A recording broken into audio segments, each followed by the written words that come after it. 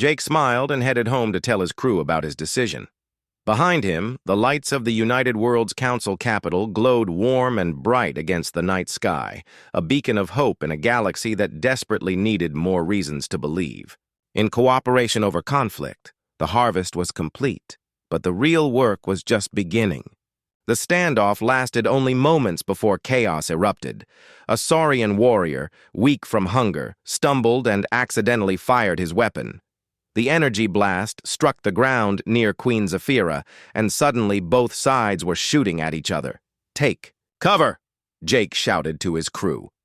In the confusion, the humans were separated. Tom Bradley grabbed Emily Watson and ran toward a cluster of broken buildings where Saurian soldiers were retreating. Meanwhile, Jake Morrison and Lisa Chen found themselves swept up by a group of Chitauri warriors who dragged them toward their flying vehicles. The last thing Jake saw before being pulled into a Chitauri transport was Tom and Emily disappearing into Saurian territory. His heart sank. His crew was split apart on a hostile alien world with no way to contact each other. The Chitauri transport flew through the night sky toward towering structures in the distance. Jake had never seen architecture like it. The buildings looked grown, rather than built, with curved walls and organic shapes that spiraled up toward the clouds. "Where are you taking us?" Jake asked Queen Zephyra. "To the Great Hive," she replied through the translator. "There you will answer questions. If your answers please the colony, you may live. If not," she made a clicking sound that the translator could not convert, but Jake understood the meaning. Lisa sat beside him trying to look calm, but Jake could see her hands shaking. As a medic, she was trained to help people, not to be captured by alien insects who might eat her. The Hive City was incredible and terrible at the same time. Massive towers stretched up into the sky, connected by bridges and tubes, where Chitauri moved like streams of living traffic. But as their transport flew closer, Jake could see the damage. Whole sections were dark and empty. Some towers had collapsed. Many bridges were broken. "Your city is dying," Jake said quietly. Queen Zephyra's compound eyes focused on him. "The city dies because the world dies. The world dies because of war. War continues because the scaly ones will not surrender. And the Saurians probably say the same thing about you," Lisa said. The queen made an angry buzzing sound. "The Saurians started this war when they refused to share the water rights to the Great River. We offered partnership. They chose violence. Their transport landed on a platform near the top of the tallest tower. Chitauri guards escorted them through corridors that pulsed with bioluminescent light. The walls themselves seemed alive, breathing slowly. They were brought to a vast chamber filled with thousands of Chitauri. But Jake noticed immediately that something was wrong. Many of the Chitauri looked sick. Their movements were slow, their colors dull. Some lay motionless in alcoves along the walls. "The nursery levels," Queen Zephyra said, noticing Jake's stare. "Our young are dying. We cannot feed them properly." Jake saw movement in the alcoves and realized they were not just Chitauri adults. Baby Chitauri, no bigger than his hand, crawled weakly across the organic surfaces. Many had stopped moving entirely. "How long since you had a proper harvest?" Lisa asked, her medical training overriding her fear. "2 seasons," the queen replied. "Maybe 3. Time becomes meaningless when you watch your children starve." Meanwhile, across the wasteland, Tom and Emily were experiencing their own horror. The Saurian stronghold was built inside a mountain, carved from living rock. General Vorthak led them through tunnels lit by flickering torches. "Your friends are probably dead by now," Vorthak told them as they walked. "The bugs eat everything, even other bugs when food runs short." "And what do Saurians eat when food runs short?" Tom asked carefully. Vorthak stopped walking and looked at him with ancient, tired eyes. "We eat pride, human. We eat our dignity. We eat our future." The Saurian stronghold was impressive in a different way from the Hive. Massive halls carved from stone, decorated with murals showing the history of their people. But like the Chitauri city, it was dying. Whole sections were sealed off. The population that remained looked thin and weak. Emily noticed something that made her heart ache. In the main hall, elderly Saurians sat in circles telling stories to young ones. But there were so few young ones. Maybe 20 children in a hall built for thousands. "Where are the rest of your people?" Emily asked. "Dead," Vorthak said simply. "War takes the young first, then hunger takes the old. We few remain to remember what we once were." A young Saurian approached the general and spoke in their language. Vorthak listened, then nodded sadly. "Elder Morgoth has chosen the long walk," he told the gathered Saurians. "He leaves us tonight to make room for those who might still have a chance." Tom watched as an old Saurian, bent with age and weakness, walked slowly toward the entrance of the stronghold. Other Saurians touched him gently as he passed, saying goodbye. The old one was going out into the wasteland to die alone, reducing the burden on the community. "This is insane," Tom said. "He doesn't have to die." "Yes, he does," Vorthak replied. "It is the way of honor. The strong survive so the species might continue." "But you're not surviving," Emily protested. "You're all dying slowly." Vorthak's great head turned toward her. "Then we die with honor, as Saurians should." Back in the Hive City, Jake and Lisa were learning similar truths about Chitauri culture. Queen Zephyra showed them the great records of her people stored in organic computers that grew from the walls. "We were farmers once," she explained. "The greatest agriculturalists in the galaxy. We could make any soil produce food. We turned deserts into gardens." "What happened?" Jake asked. "The war happened. Our biotechnology was turned to weapons. Our knowledge was used for destruction instead of creation. Now we remember how to kill soil, but we have forgotten how to heal it." Jake studied the records with growing amazement. The Chitauri had technology that could revolutionize farming across the galaxy.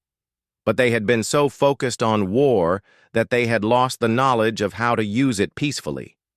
"The Saurians have something we need," Queen Zephyra continued.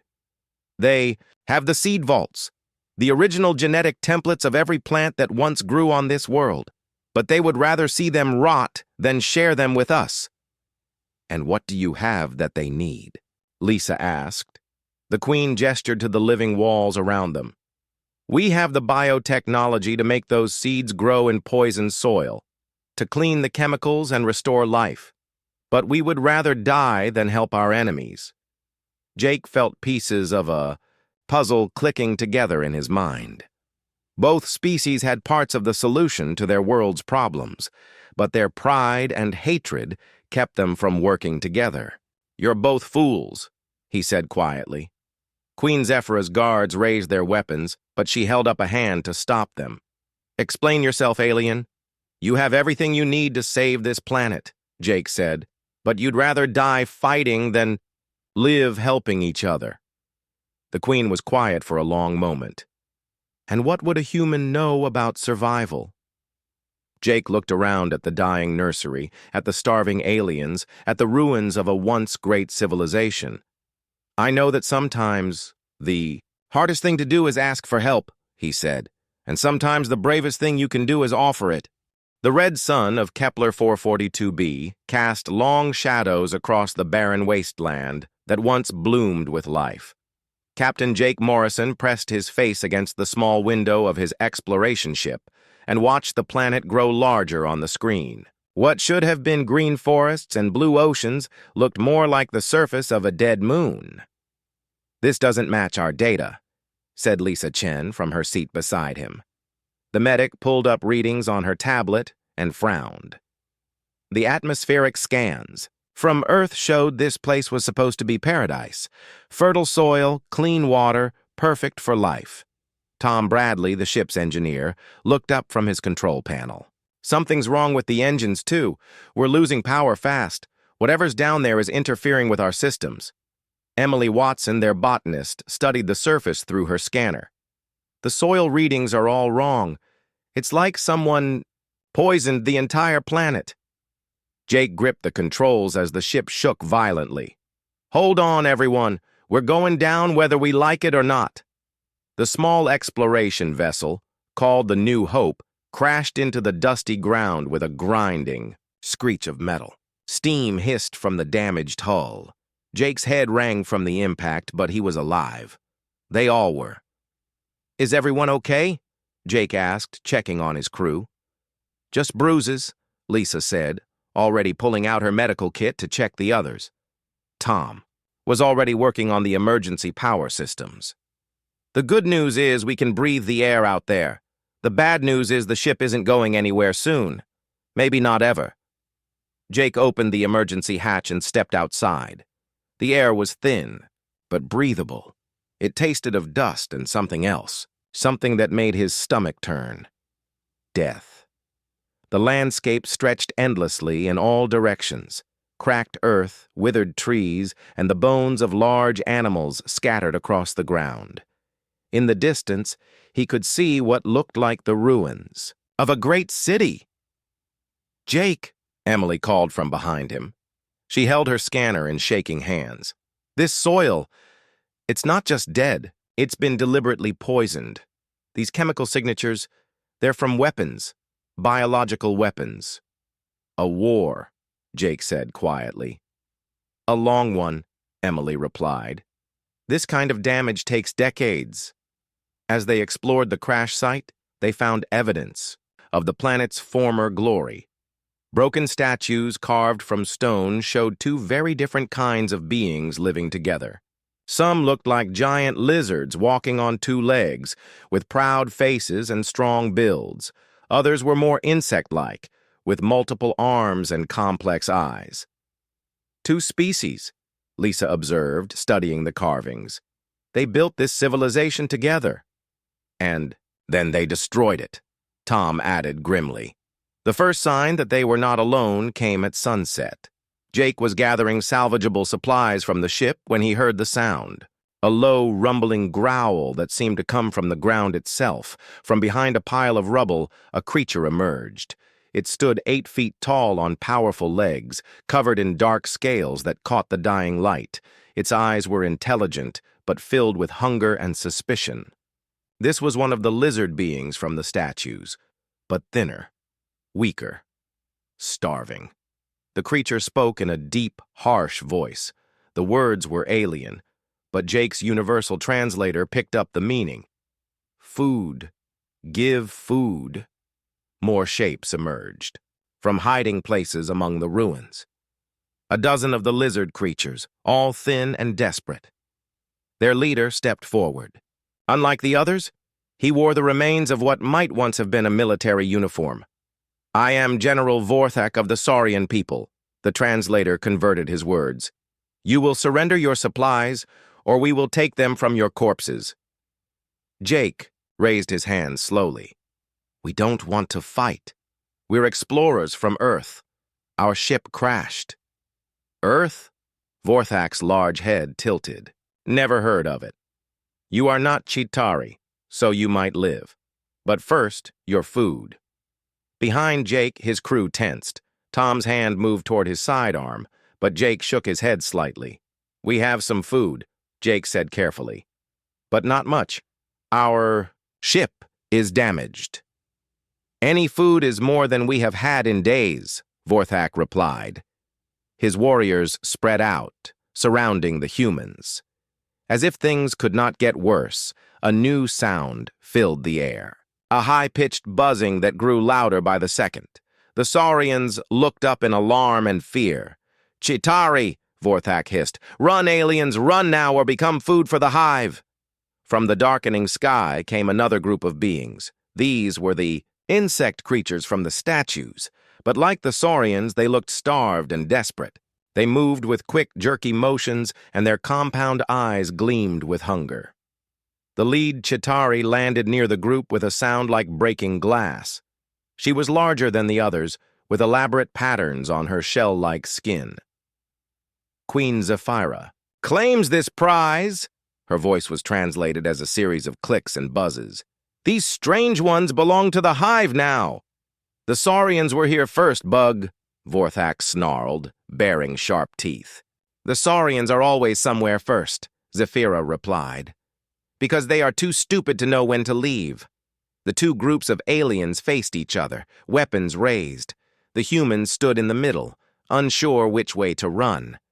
Jake realized with growing horror that both groups were not just hungry for food. They were starving, dying. Their movements were too slow, their breathing too heavy. These were the last survivors of their species, fighting over scraps. "Please," Jake said loudly, "there has to be another way." Both alien leaders looked at him with surprise. "Another way?" Vorthak laughed bitterly. "There is only survival, alien. Kill or be killed, eat or be eaten." "The scaly one speaks truth for once," Zephyra agreed. "This world offers nothing but death. We take what we can while we still breathe." Jake looked around at the wasteland that surrounded them. Two proud species, reduced to scavenging and fighting over the smallest resources, their planet dying around them while they continued, the very war that had killed it. "What if I told you there was a third way?" Jake asked. Both leaders stared at him. "What if I told you that you don't have to choose between killing and dying?"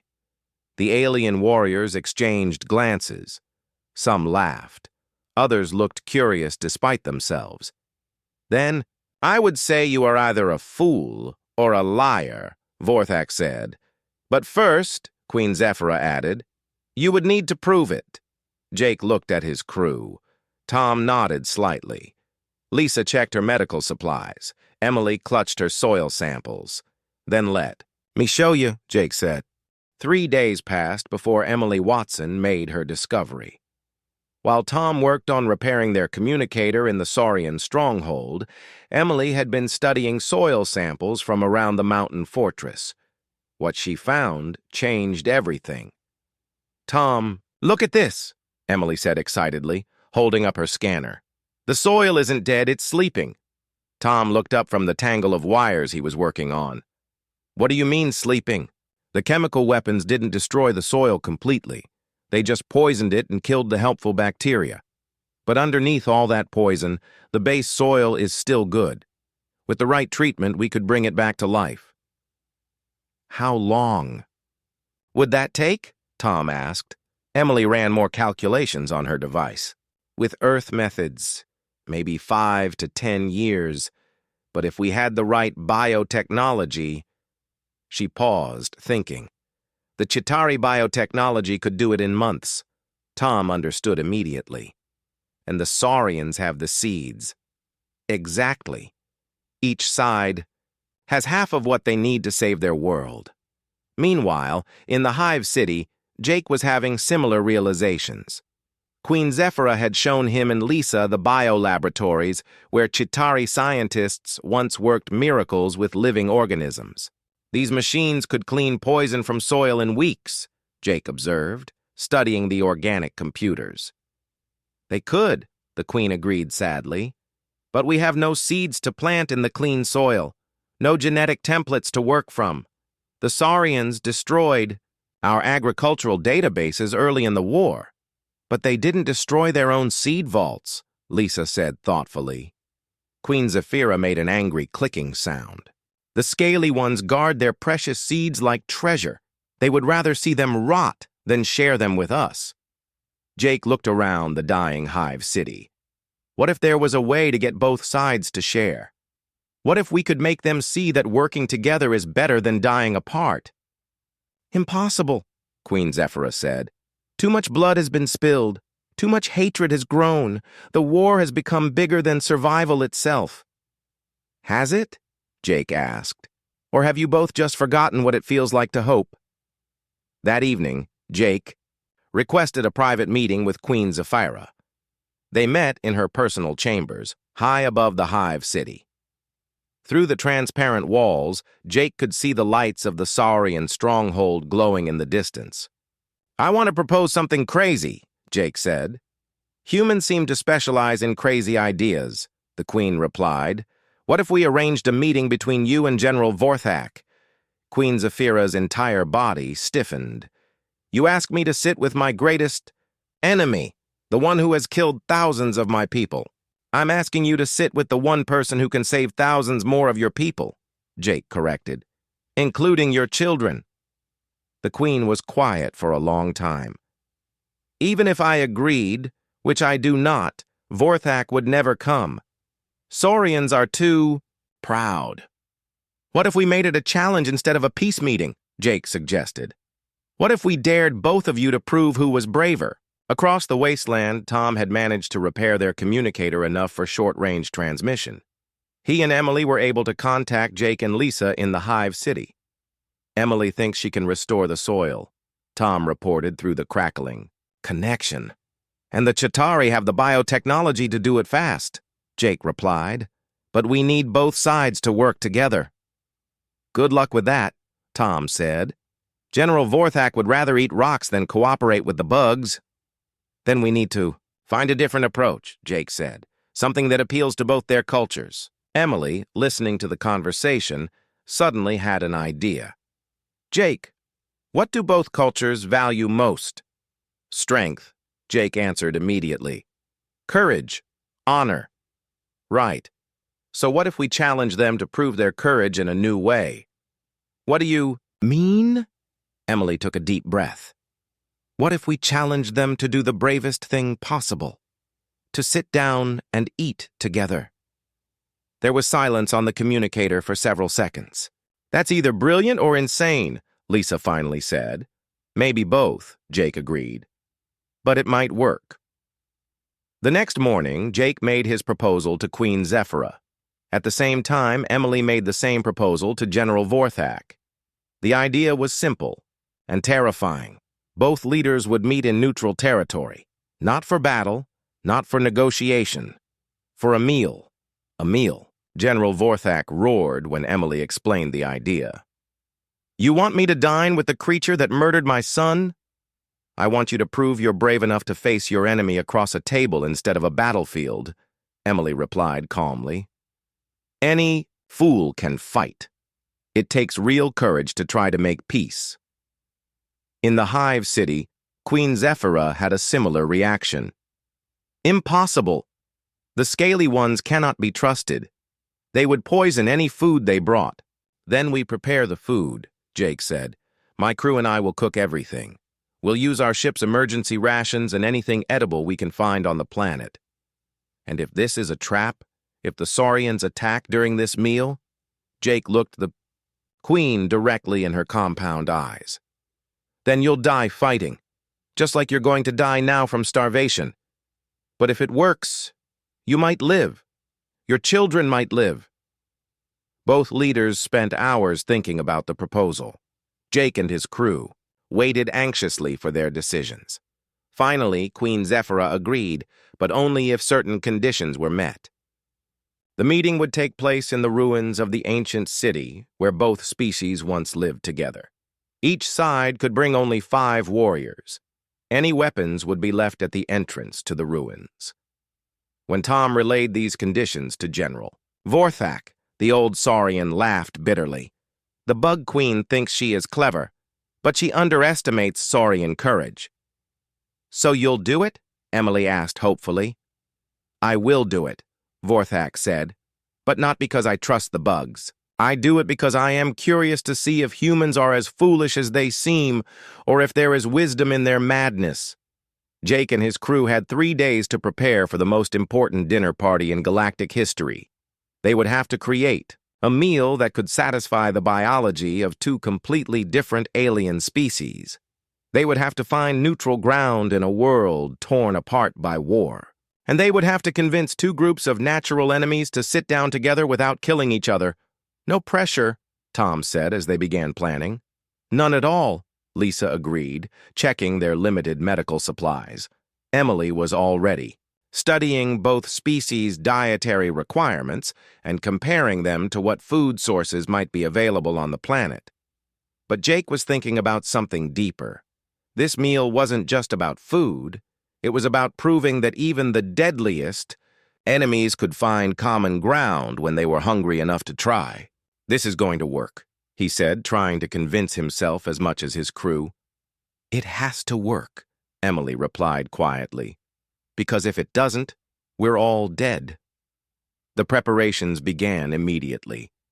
They had 3 days to prevent a genocide and save a world. 3 days to prove that sometimes the most powerful weapon was a simple invitation to dinner. The ancient city stood in the center of the wasteland, like a ghost from better times. Broken towers reached toward the sky, and crumbling walls showed paintings of Saurians and Chitauri working together long ago. Jake Morrison and his crew had spent 2 days cleaning a large courtyard and setting up tables from salvaged materials. "Are you sure this will work?" Lisa Chen asked, as she arranged the eating utensils they had made from ship parts. "No," Jake admitted, checking the food preparation area one more time. "But it's better than watching 2 entire species die from stubbornness." Tom Bradley finished setting up the portable lights that would illuminate the dinner area. "The food smells good at least. If we're going to die tonight, at least we'll die well-fed." Emily Watson emerged from the makeshift kitchen area, wiping sweat from her forehead. "The protein paste from our emergency rations works with both species' biology. I've made it into something that looks like the traditional foods from both cultures." The sun was setting when the first group arrived. General Vorthak and 5 Saurian warriors appeared on the horizon, walking slowly across the desert. They moved with military precision, but Jake could see the effort it took. They were all thin and weak from hunger. From the opposite direction came Queen Zephyra and her escort. The Chitauri flew in on small personal vehicles, landing near the entrance to the ruins. Like the Saurians, they looked exhausted and underfed. Both groups stopped at the entrance to the courtyard, as agreed. Jake watched nervously as weapons were placed in piles on either side. Energy rifles, plasma swords, bioweapons, and devices he couldn't identify. Enough firepower to level a city block. "Welcome!" Jake called out as both leaders entered the courtyard. "Please, sit wherever you feel comfortable." The tension was immediate and overwhelming. General Vorthak and his warriors took seats on one side of the large table. Queen Zephyra and her guards sat on the opposite side. The space between them felt like a battlefield. For several minutes, nobody spoke. The 2 groups stared at each other with decades of hatred burning in their eyes. Jake began to wonder if this had been a terrible mistake. "So," Queen Zephyra finally said, her translator converting clicks and buzzes into words. "The scaly ones actually came. I thought they would be too afraid." "Afraid?" General Vorthak's deep voice rumbled with anger. "Saurians fear nothing, especially not overgrown insects who hide in holes in the ground. Holes that your kind could never find, despite trying for 30 years. The Queen shot back. Jake quickly stepped between them. "Please, you're here as guests. Let's start with something everyone can agree on." "Like what?" Vorthak demanded. "Like the fact that you're both hungry," Jake said simply. Both leaders fell silent. It was true, and everyone knew it. Lisa began serving the first course. She had worked with Emily to create something that looked familiar to both species while being safe for their different biologies. The result was a soup made from their emergency rations, but seasoned with herbs Emily had found growing wild in the ruins. The first sip was taken with great suspicion. Both sides had their own tasters check for poison, but slowly, carefully, they began to eat. "It tastes like the marsh stew my grandmother used to make," one young Saurian warrior said quietly. "The spices remind me of hive honey cakes," a Chitauri guard admitted. Jake saw the first crack in the wall of hatred. Food had a way of bringing back memories from before the war. "Tell me about your grandmother's stew," Emily asked the young Saurian. The warrior looked nervously at General Vorthak, who nodded slightly. "She used to gather herbs from the Great River Valley," the young soldier said, "before the water was poisoned. She said the secret was patience. Let the flavors grow together slowly." Queen Zephyra tilted her head. "My people also cooked by the Great River. We harvested sweet algae from the deep pools." "I remember," General Vorthak said quietly. Before the war, Chitauri traders would come to our markets. They brought the best seasonings in exchange for our river fish. Those were good trades, the Queen agreed. Fair trades. Jake exchanged glances with his crew. This was working. Slowly, carefully, but it was working. As the evening continued, more courses were served. Tom had found a way to create bread-like food from processed rations. Lisa prepared vegetables that Emily had identified as safe to eat. Each dish sparked more memories, more stories of the time before the war. Why did it have to end? A young Chitauri asked suddenly. The trading, the cooperation. Why did we start fighting? The question hung in the air like a challenge. Both leaders looked uncomfortable. The water rights, General Vorthak said finally. When the drought came, there wasn't enough water in the great river for both peoples. Someone had to control the flow. And both sides thought they deserved it more, Queen Zephyra added. Pride made us forget that sharing half of something was better than fighting over all of nothing. But there was no drought, Emily said quietly. Everyone turned to look at her.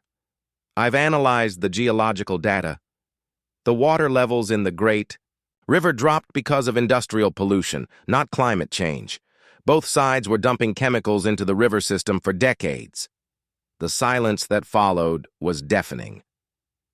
You mean we destroyed our own water supply? A Saurian elder asked. And then went to war over the scraps that remained, a Chitauri warrior added. Jake saw tears in some of the aliens' eyes.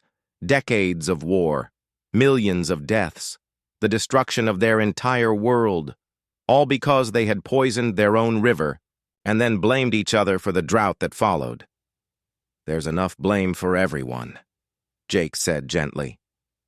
The question is, what do you do now? Queen Zephyra looked across the table at General Vorthak. For the first time in 30 years, she really looked at him, not as an enemy, but as another leader trying to save his dying people. Your seed vaults, she said slowly, do they still contain the genetic patterns for the river plants?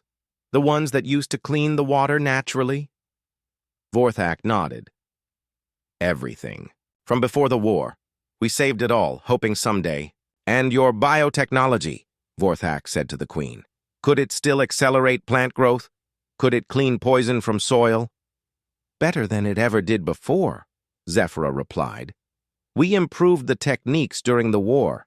We learned to work with damaged ecosystems. Jake felt hope rising in his chest. They were talking, really talking, not negotiating or posturing, but sharing information like partners instead of enemies. Working together, Emily said. You could restore this planet in 5 years instead of 50. Working together, Tom added, your children might actually have a future. The dinner continued late into the night. As the hours passed, the conversations grew warmer. Old enemies began to remember why their ancestors had been friends. They shared stories, compared technologies, and slowly began to dream of a world where their children might play together instead of fighting. When the meal finally ended, both leaders stood and faced each other across the table. This was not what I expected, General Vorthak admitted. Nor I, Queen Zephyra agreed. But perhaps that is exactly what we needed. They did not shake hands or embrace. The wounds were still too fresh for that. But they nodded to each other, with something approaching respect. Tomorrow, Vorthak said, I will open the seed vaults, and I will prepare the biolaboratories, Zephyra replied. Jake watched the two groups leave in opposite directions, returning to their separate strongholds. But something fundamental had changed. For the first time in 30 years, both sides were walking away from a meeting with hope instead of hatred. Think it will stick? Lisa asked as they cleaned up the dishes. It's a start, Jake replied, looking up at the stars. Sometimes that's all you need. 2 weeks after the historic dinner, Jake Morrison stood in what had once been a battlefield and watched something miraculous happen. Saurian engineers worked alongside Chitauri biotechnicians, clearing destroyed war machines and preparing the soil for planting. "I still can't believe they're actually doing it," Tom Bradley said, adjusting the solar panel that powered their temporary base camp. The human crew had become unofficial coordinators for the joint restoration project. Emily Watson emerged from a field laboratory tent, her hands covered in rich, dark soil. "The first soil treatment is working better than I hoped. The Chitauri bioprocessors are removing toxins 3 times faster than my calculations predicted." "And the Saurians?" Lisa Chen asked, returning from the medical tent where she had been treating workers from both species. "General Vorthak opened the main seed vault yesterday," Emily reported excitedly. "Jake, you should see it. Thousands of genetic templates from before the war. Plants that could clean water, enrich soil, even provide food and medicine." Jake nodded, but his attention was focused on a small group working in the test field. A young Saurian named Marcus was teaching a Chitauri technician named Vera how to properly plant seeds in the treated soil. They communicated through gestures and simple words, their translators helping bridge the language gap. "The young ones are adapting faster than the elders," Jake observed. "Young people always do," Lisa agreed. "They don't have as much hatred to unlearn."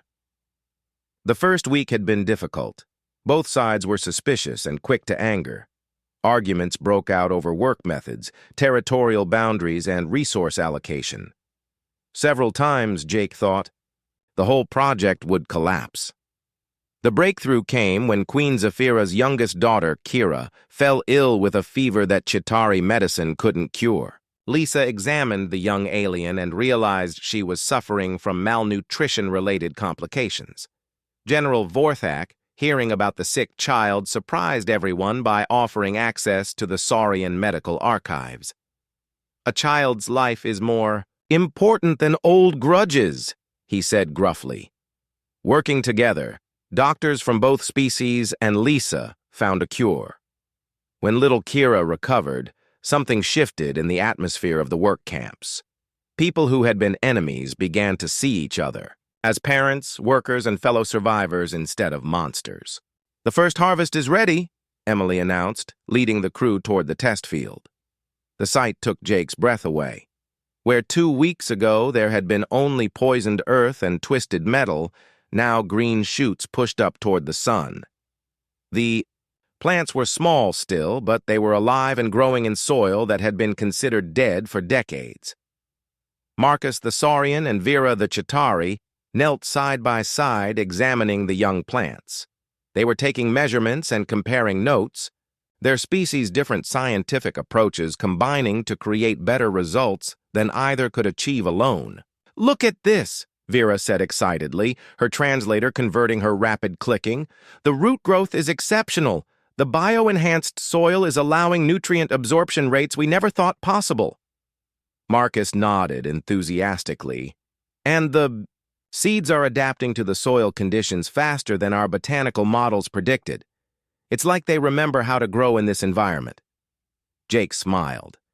Science was a universal language. Give people from any species a problem to solve together, and they would find ways to work as a team.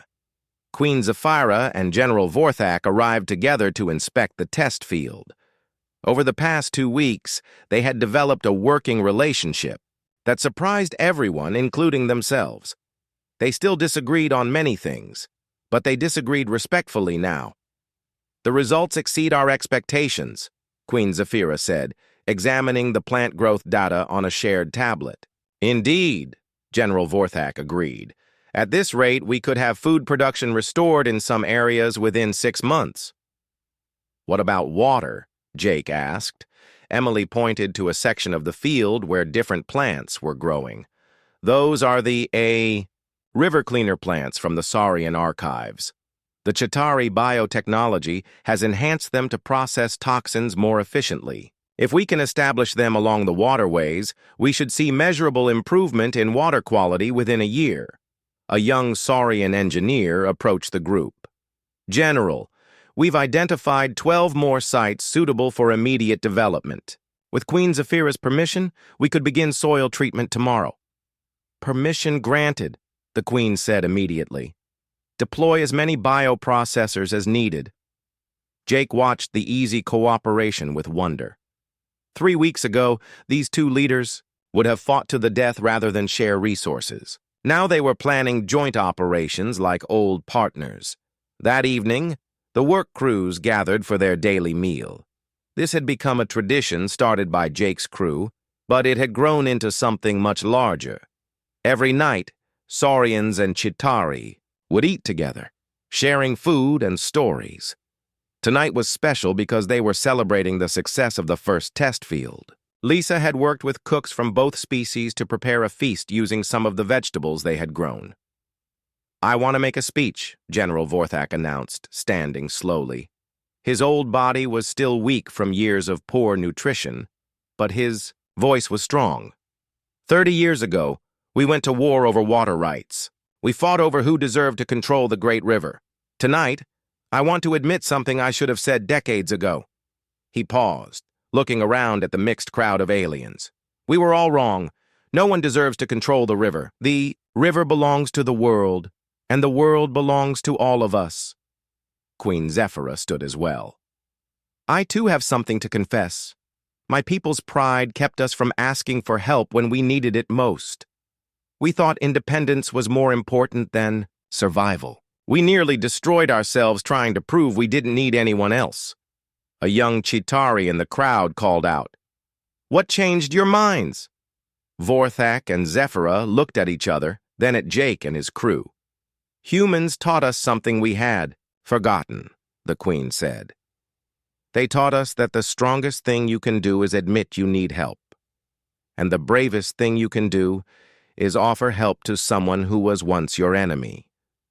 But mostly," Vorthak added with something that might have been a smile, "they taught us that it's hard to hate someone after you've shared a good meal with them."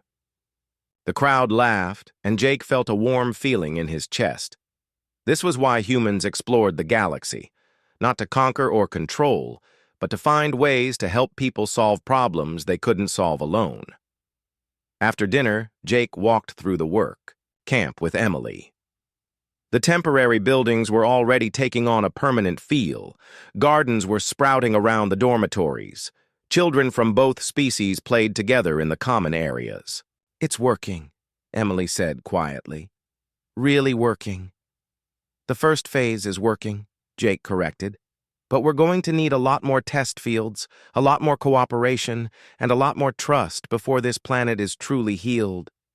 "Do you think they can do it? Without us, I mean?" Jake watched a group of young Saurians and Chitauri working together to set up irrigation lines for tomorrow's planting.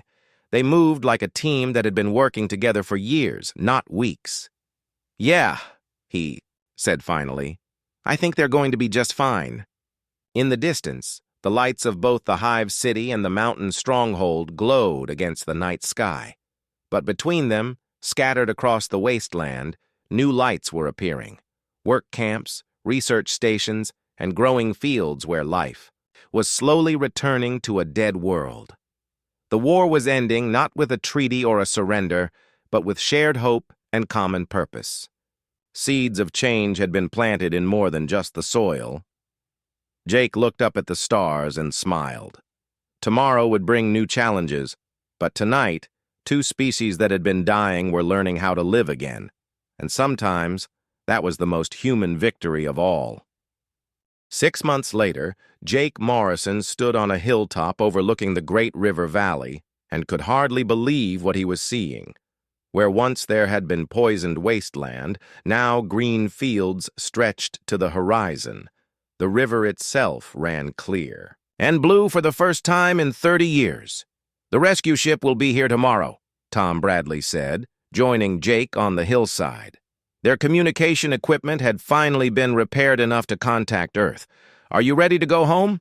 Lisa Chen asked, climbing up beside them with Emily Watson. Jake was quiet for a long moment, watching Saurian farmers and Chitauri biotechnicians working together in the fields below. This feels like home now. The transformation had been remarkable. After the success of the first test field, both species had thrown themselves into the restoration project with incredible energy. The combination of Saurian agricultural knowledge and Chitauri biotechnology had produced results that amazed even Emily's optimistic projections. The latest reports show clean water in 80% of the river system, Emily said, checking her tablet. Soil toxicity levels are down to safe ranges across most of the continent. And food production, she smiled. Food production is actually exceeding pre-war levels. What about the people? Lisa asked. As the crew's medic, she had been monitoring the health of both populations. Malnutrition cases have dropped to almost zero, Lisa reported. Birth rates are up in both species. And perhaps most importantly, we haven't had a single violence incident between Saurians and Chitauri in over 2 months. The peace had not come easily. There had been setbacks, arguments, and moments when old hatred threatened to destroy everything they had built. But each time, the shared meals that Jake had started brought people back together. Food had become the universal language of cooperation. A group of children ran up the hill toward them, laughing and playing. Jake smiled as he recognized them. Marcus, the young Saurian, and Vera, the Chitauri, had become close friends over the months of working together. Behind them came children from both species, chasing each other in some complicated game that seemed to involve a lot of running and giggling. "Uncle Jake," called a small Chitauri named Pip. The human crew had somehow become honorary aunts and uncles to dozens of alien children. "Are you really leaving tomorrow?" "We have to," Jake said gently, kneeling down to the child's level. "But you don't need us anymore. Your people are doing just fine on their own." "But who will make the special bread for feast nights?" asked a young Saurian named Dale. Tom laughed. "I taught your cousin Ray how to make it last week, remember? He's gotten pretty good at it." The children seemed satisfied with this answer and ran back down the hill to continue their game. Jake watched them go with a mixture of pride and sadness. When they had first arrived, children from different species would never have played together. Now they acted like family. "The evening feast is starting soon," Emily observed, pointing to the smoke rising from cooking fires in the valley below. The daily shared meal had evolved from Jake's desperate diplomatic attempt into the most important social institution on the planet. Every evening, work crews from across the restoration zones would gather to eat together, share news, and plan the next day's activities. Tonight's feast was special. It was harvest celebration, marking the first full food harvest since before the war. Jake and his crew had been invited as guests of honor. They made their way down to the main feast site, which had been built in the ruins of the ancient city where that first historic dinner had taken place. But now the ruins had been restored and expanded. Beautiful buildings combined Saurian stonework with Chitauri bioarchitecture, creating something entirely new and wonderful. The feast tables stretched for hundreds of yards, accommodating thousands of diners from both species. The food was a combination of traditional dishes from both cultures, enhanced by new recipes developed through cooperation. General Vorthak and Queen Zephyra approached as the human crew found their seats. Both leaders looked healthier and happier than Jake had ever seen them. Good food and the end of constant warfare had done wonders for their physical and mental health. "My friends," General Vorthak said warmly, "we cannot thank you enough for what you have given us." "You gave us back our world," Queen Zephyra added. "But more than that, you gave us back our hope." "You did the hard work," Jake replied. "We just helped you remember that you were stronger together than apart." As the feast began, Jake looked around at the incredible scene. Thousands of Saurians and Chitauri eating together, laughing together, planning their shared future together. Children from both species played between the tables while their parents discussed crop rotations and water management projects.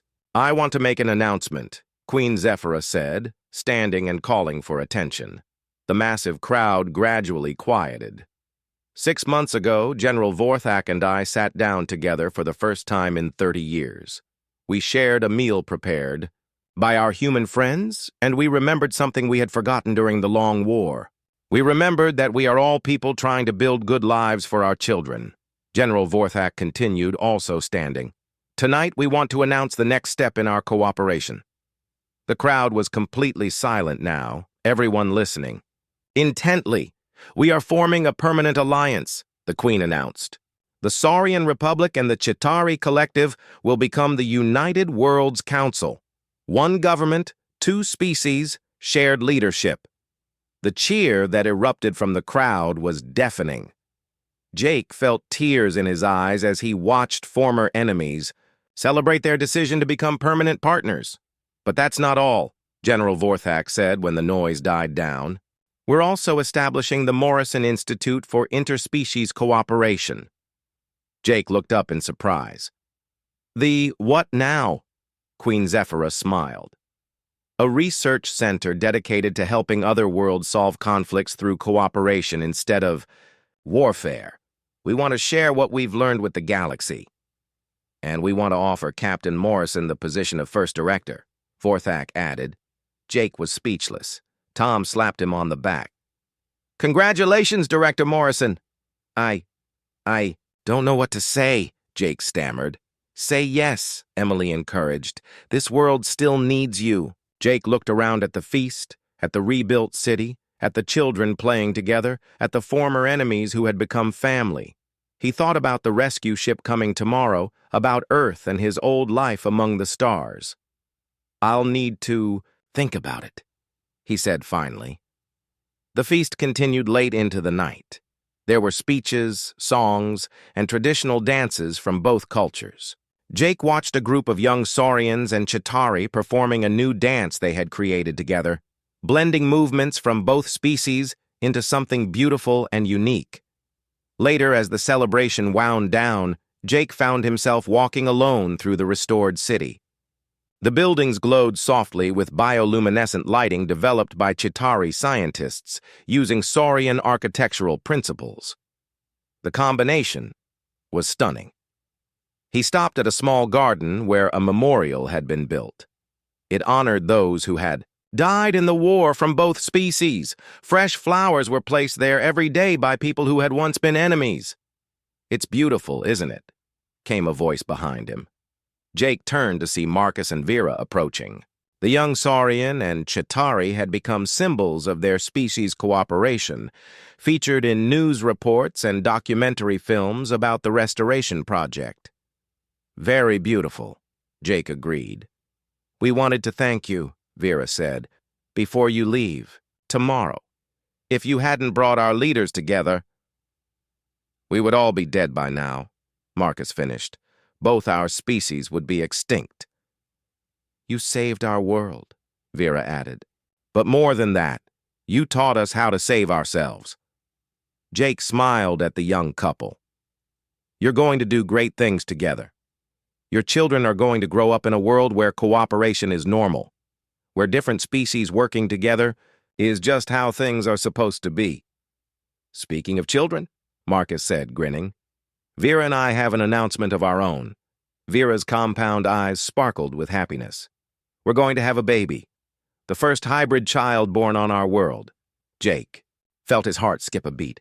A hybrid child between species that had been trying to exterminate each other less than a year ago. That's incredible. Congratulations. We want to name the baby after you, Marcus said. Jake if it's male, Jakelin if it's female. Now, Jake really did have tears in his eyes. I would be honored. As he walked back to the human crew's quarters, Jake made his decision. The rescue ship could take Tom, Lisa, and Emily back to Earth if they wanted to go. But this world still needed him. These people still needed him. And maybe, just maybe, he needed them too. He looked up at the stars, thinking about all the other worlds out there where species were fighting instead of cooperating, where hatred was stronger than hope, where people were choosing to die apart rather than live together. Tomorrow, he would accept the position at the Morrison Institute. He would help other worlds learn what this one had discovered, that the most powerful force in the universe wasn't weapons or technology or even love. It was the simple act of sharing a meal with someone you thought was your enemy.